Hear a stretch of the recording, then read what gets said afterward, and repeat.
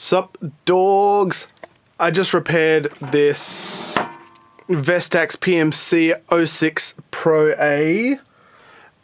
What was wrong with it was that it had the wrong power supply plugged into it and it kind of blew it up. These guys are very susceptible to overpower. Like normally, like electronics, you can kind of go over like a couple of volts and it doesn't really matter, but apparently these guys are really sensitive.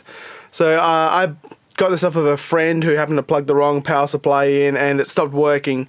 And so I thought I'd quickly go through with you guys how to fix it if you also have the problem. So first off, it requires 15 volts with a negative tip. 15 volts, no more, like strictly no more. If you've got 16 volts, you know, maybe it'll be alright. It will not be alright. It will kill your shit. Alright, so say you happen to have just grabbed a power supply and plugged the wrong one in and you've blown it. Here's what you got to do to get it kind of working again.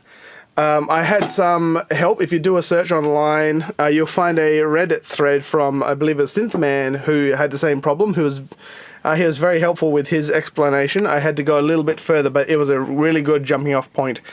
So I recommend looking at that if you haven't already found it.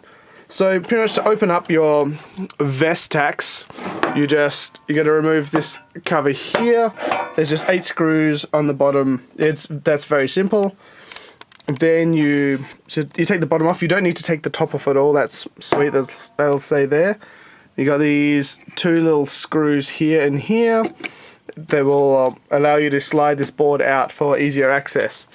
So once you had that, so pretty much what the Synthman had done, was he only needed to replace these 2 transistors here and here. I tried that and it started working fine and then died about 15 seconds later.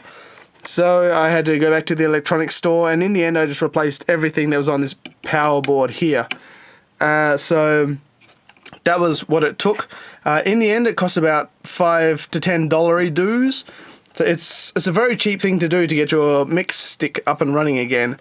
So pretty much you got these 2 transistors here, this one like large transistor here, you got 5 capacitors and 2 resistors there, and that was all I needed to replace.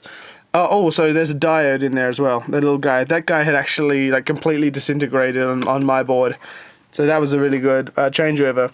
So you just need to replace those. I'll put the details about the exact parts that you need into the description of the video.